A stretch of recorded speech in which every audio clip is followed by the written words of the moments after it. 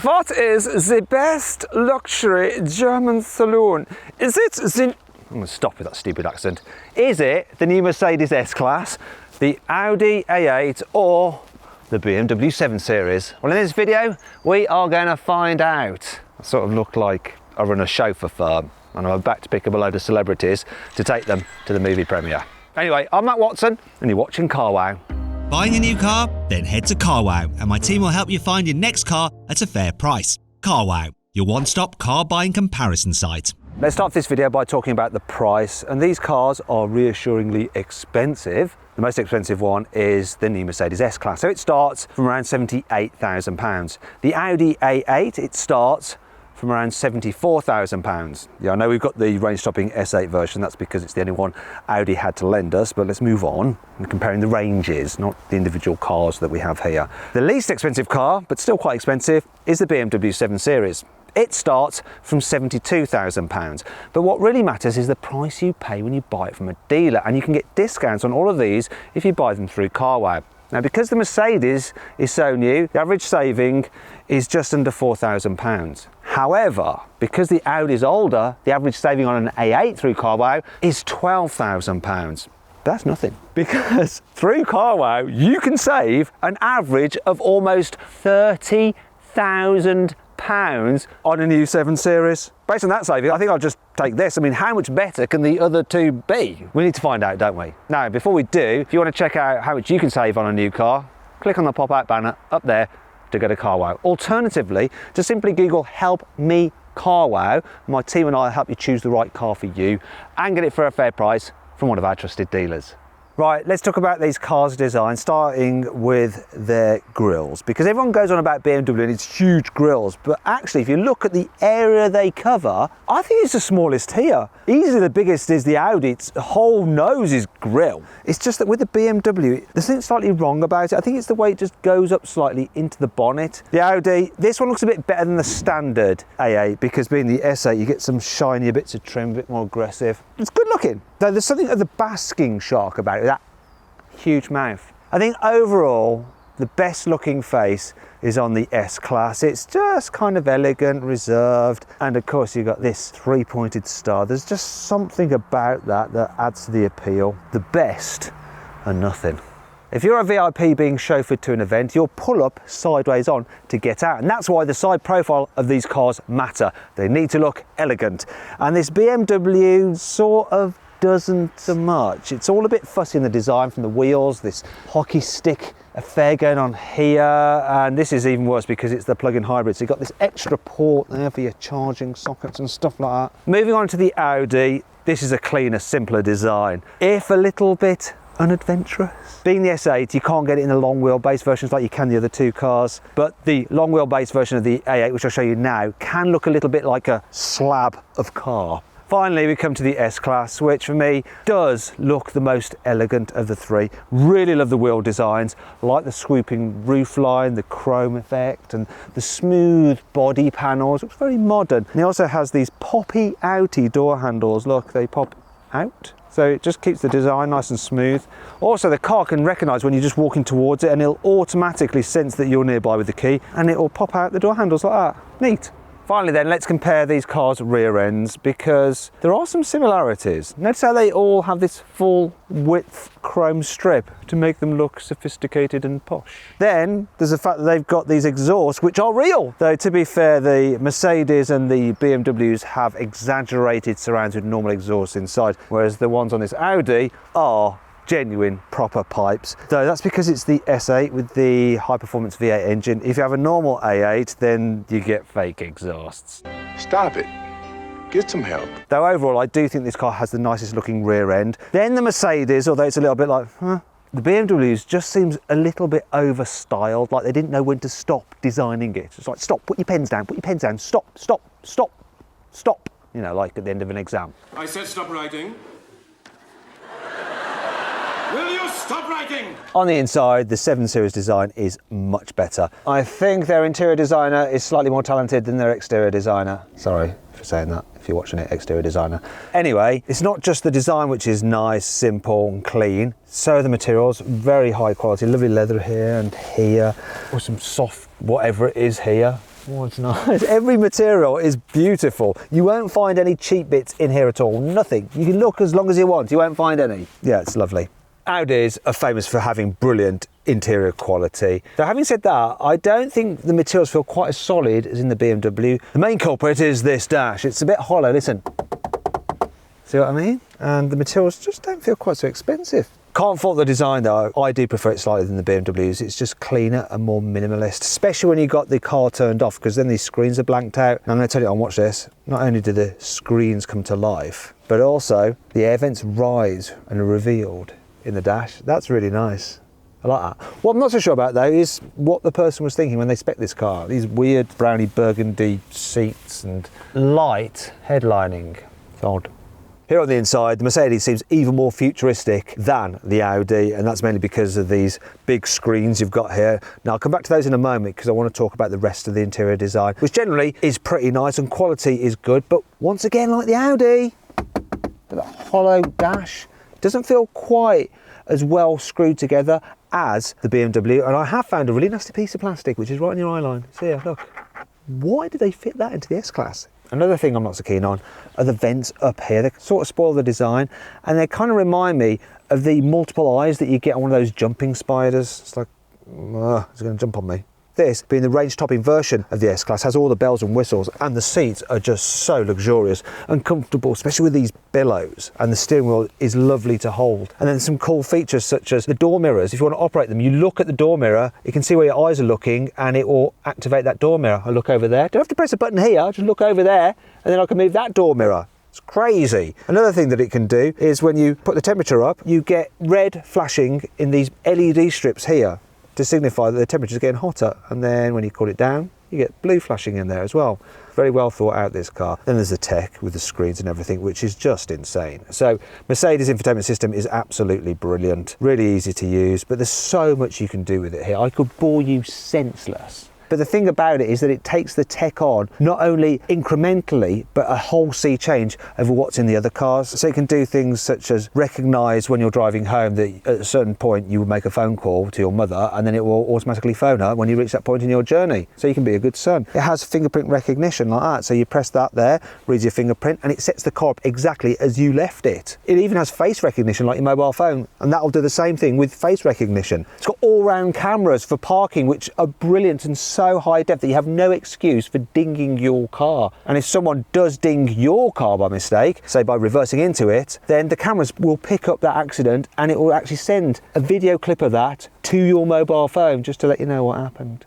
There is so much tech. Then there's main digital driver's display, which has loads of information. You can swipe through all the different menus. You can have it in this 3D view, which you can't actually pick up on camera because you need two eyes for it to work, but it's incredible. Then a massive heads-up display, which can do things like superimpose arrows on the road ahead so you never make a wrong turn. This thing is just an absolute tech fest, and it's useful tech, it really is. The BMW's infotainment system is very good. It works reasonably well. It does pretty much all you need it to. It just looks so funny how small the screens are compared to those in the Mercedes. It's a bit like comparing an Apple iPhone 5 to a 12 Max. But graphics are sharp. It works smoothly. Pretty much does all that you need to do, apart from the digital driver's display, which is one of the most disappointing ever because it's all dark and miserable. Not the biggest fan of that. The infotainment system in the Audi is a bit more like the iPhone 10, so you've got bigger screens than in the BMW. It's no easier to use really, and having the climate down here and a touchscreen means that you have to take your eyes off the road a little bit longer to set the temperature you want. Though, as with all the cars, you can use voice commands if you prefer to do that. I do prefer the digital driver's display on this Audi compared to the BMW though. It's brighter, it's clearer, it's nice, and it does a really good job. Not quite as fancy as the Mercedes, but easily good enough. I know what you're thinking. It's hard to believe that this A8 is actually the short wheelbase version because there's loads of knee room. There's even more space obviously in the long wheelbase version, and with the long wheelbase car you can spec it up with loads of stuff such as fancy seats which you can go into like a first class mode. They're fully reclined, got massage and all that kind of stuff. You can get rear infotainment systems galore. When you fold down this you can get a little tablet there where you can control various things like the interior lighting and stuff like that. It's all very clever, but this car doesn't have any of that. Now one thing I want to show, I do like this though, look at this, this is quality for you. Look how smooth that goes back. Oh, What's not so smooth are the seats. When I say smooth, I mean soft. Audi seats are just a little bit on the firm side. They're not uncomfy. They're actually quite supportive, but you don't feel like you're on a big comfy sofa in them. They're quite taut. Moving on to the 7 Series, and this is the long wheelbase version, and it's well kitted out with all the goodies. Now, one thing I've noticed is that I'm getting blinded by the sun, so I'm going to shut all the blinds and everything. But before I do, look, this has some special features in the roof which allow you to shine some ambient lighting in there. Anyhow, let's darken things down, stop the riff-raff looking in and all that kind of thing. Yeah, that's better, isn't it, that? Now, these seats, a bit more comfy than the ones in the Audi, though they are the upgraded seats, and I can do stuff such as this. Look, press this button. I want to go into recline mode. It's not quick. Obviously, you can't do that if someone's sitting there, or if you're in a rush. The last bit is the best bit. Actually, do you know what? I might just press the massage on while I'm waiting for this to happen. There we go. Come on. Oh, that's a good little footrest, that though. Look, quite padded. Nice. Also got my massage on, I've got my feet up, got my infotainment screens there, got my little tablet which I can flop out, there we go, and control the infotainment system. Do whatever I want to do, really. Oh, I want to do a test, just like on the Audi. Let's have a look at this. Right, that's for God knows what. I think you can get a fridge in there. But look, watch how this shuts. Is this more expensive, this action, than the one in the Audi? Oh, ooh, yeah. Oh, and the massage seat as well. Finally, we come to the S-Class. Now let's check out just how luxurious it is by testing how well bits of it are damped. So this armrest. It's all right. Let's check the cup holder out. Oh, actually, look, you get a little phone holder there. Well, if your phone's not in a case. And then you press it again and that comes out. That's all right. Let's have a look at this. Come on, be good. It's not so good. What about this? What? Mercedes, what have you done? I can't believe you haven't bothered to damp that. Right, that's just rubbish. This car's crap. No, I'm stopping.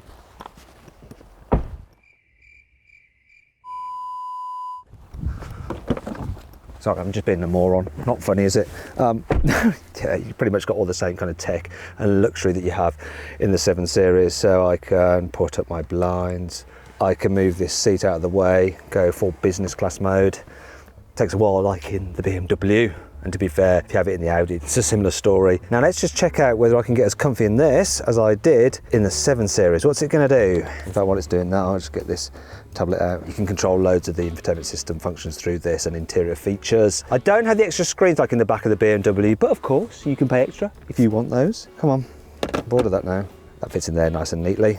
Here comes the footrest. I'm a little bit disappointed by this footrest because it really is just more of a part of your heel rest. But still, there's loads of room. And these seats are just a little bit more comfortable than in the BMW and certainly the Audi. The most comfortable bit though, these pillows. Oh, they're especially comfy. They're a bit like resting your head on a big fluffy cloud.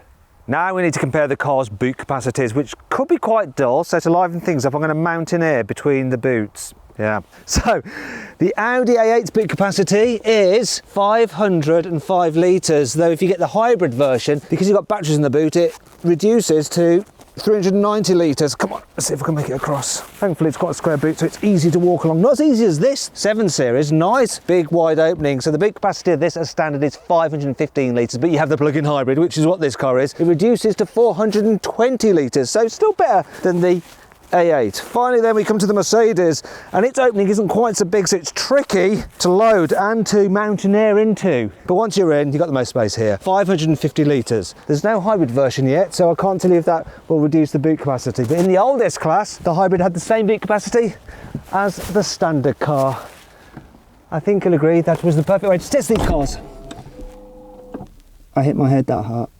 Thankfully, I've escaped from the boot, and now I'm going to drive this S-Class finally. I say finally, I've already driven it once before. It's good to reacquaint myself though, because it's a lovely thing to travel in. Absolutely lovely. The thing that you really notice or don't notice is the noise. It's so quiet in here. Mercedes has packed this car full of soundproofing. It's just serene, relaxing, chilled. The seats are really comfy. The steering wheel is gorgeous to hold. The air suspension, generally it's just glorious. It's like you're just floating along. It really does feel like you're riding on air. However, it's not perfect.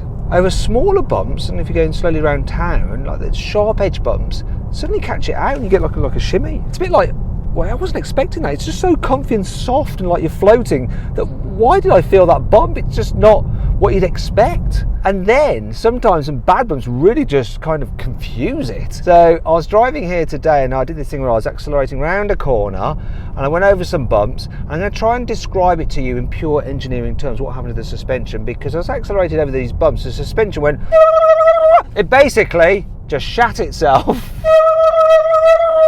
I'm sorry if that was too technical an explanation for you, but that's pretty much what the car did. It's unusual because normally, as long as the road's fine, it's so luxurious. It's only occasionally. So that's me splitting hairs on this car though. I've got to try and pull it apart and try and discern the differences between these three great limousines. One thing that I was pleasantly surprised about with this car though was the handling. So when you turn it into a bend, it does lean a bit, but you get a lot of feel through the steering and through your bottom. You can really get a sense of how it's driving. At the moment, you can only get a 6-cylinder diesel and a 6-cylinder petrol. There will be a hybrid version along. There will be a V8 and a high-performance AMG as well. So lots of choice. The gearbox in this car is really nice as well. 9 speeds, but you wouldn't know because it's very good at finding the right gear when it needs it, and it's smooth. You hardly know it's actually changing gears. Adds to the whole relaxation. Now, if you want to find out more about the engines and some of the tech on the car, then I'll put a link just up there, popping out in the top right hand corner of the screen, and you can watch my full in-depth video review of the S-Class. Full information on engine ranges, economy and all that kind of stuff. There is one thing that I'm a little bit annoyed about, and that's the fact that this S-Class in the UK won't come with rear wheel steering, which is a shame because this Mercedes S-Class has the best rear wheel steering of any car. It can turn the rear wheels by up to 10 degrees, which is insane, but not in the UK. We don't get it. Why not? I don't know. I guess I can live with it because otherwise this car is pretty blooming lovely to just waft about in. That's my being wafted face. Now let's see what this Audi A8, well, the S8 is like to drive, and seeing as it is the S8, the performance version, let's do this first off. Let's experience that twin turbo 4-litre V8, and it absolutely flies. Good job, the car can grip well when you're going around a bend as well. In fact, it can go around corners surprisingly quickly for such a big car. Obviously you've got Quattro all-wheel drive as standard across the range, so you've got that traction which is handy if it's a bit slippy. It's a real confidence-inspiring car, this. Now, I don't think it's quite as quiet as the Mercedes to travel in. The insulation isn't quite as good. It's very little, the difference, but if you're looking out for it and trying to be a motoring journalist that's earning his living, you can notice it ever so slightly. Another thing you notice is the suspension. So this S version has slightly stiffer suspension than the normal A8, but it's still very, very good. You don't get that floaty feel in the same way that you get in the Mercedes, which is like you're being rocked to sleep. But what you don't have either is the suspension getting upset by little bumps like you do in the Mercedes. So it's more consistent. At its height, at the very best, it's not quite as soothing as the Mercedes suspension, but also it doesn't have the low points of the Mercedes suspension, so it averages out as a slightly better riding car, I think. The gearbox is pretty much as good as the Mercedes as well. 8-speed, 1 less ratio. Probably doesn't respond quite as well. It's not as smooth as the Mercedes, but very little in it. It's a deeply impressive car, this. Lovely to drive. In fact, it feels a little bit more like just a slightly larger A6 than, say, a full-on luxury limousine in the way that the Mercedes S-Class does. I like it. Just doesn't feel quite as special to travel in as that S-Class. Finally then, the BMW 7 Series. So, BMW, it's going to be the best to drive, the most fun, right? No, it's not. Bizarrely, the Audi seems a bit sharper, and in a way so does the Mercedes. There's a slight disconnect in the driving experience with this 7 Series, and I just don't know why. It's not terrible, and it does that thing where it'll grip well, and it won't topple over in the bends, but it just doesn't seem quite as on it as the others. It's not helping that this is the hybrid, and that obviously means it's heavier than normal. Ooh, running wide there, because you've got the added weight of the batteries, but even so, the 7 Series isn't quite as sharp to drive as an S-Class or an A8. In terms of comfort, it's not far off, you know. It's not quite as soft and floaty as the S-Class, and it's not quite as polished as that A8. It's good, and it's good enough. But when you're back-to-backing them, you do notice the difference. Whereas if you just got in them cold, you'd be more than happy in any of them. Another thing about the BMW is that you do notice a bit more tyre noise than the other two cars. They just create a bit more as you're driving along, although that's only something that you notice when you're going at motorway speeds. So as for engines with this car, there's quite a wide choice. 3 litre straight 6 petrols, 3 litre straight 6 diesels. This hybrid version, you can get V8. All the engines work well with the gearbox. The 8-speed in the BMW is lovely. Is it better than the Mercedes one? It's close.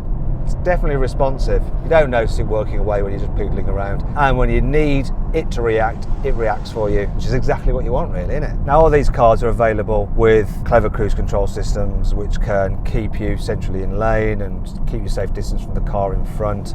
They all work very, very well, and I use them all whenever I drive these cars. But overall, the Mercedes system is the best.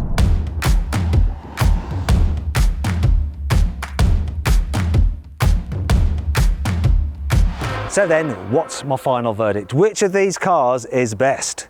Well, it's not the BMW 7 Series because it's not quite as good as the Audi A8, which isn't quite as good as the new Mercedes S-Class, because this car leads the field in terms of luxury, technology and image, and that's why it wins this test. Though actually, if I was buying one of these cars, I'd just gone to CarWow and save almost £30,000 on the BMW 7 Series, because it's not £30,000 less good than this S-Class. So I suppose the BMW is actually the moral victor. Hope you all enjoyed the video. If you did, please give it a like. If you didn't, why don't you share it to show other people how rubbish the video was?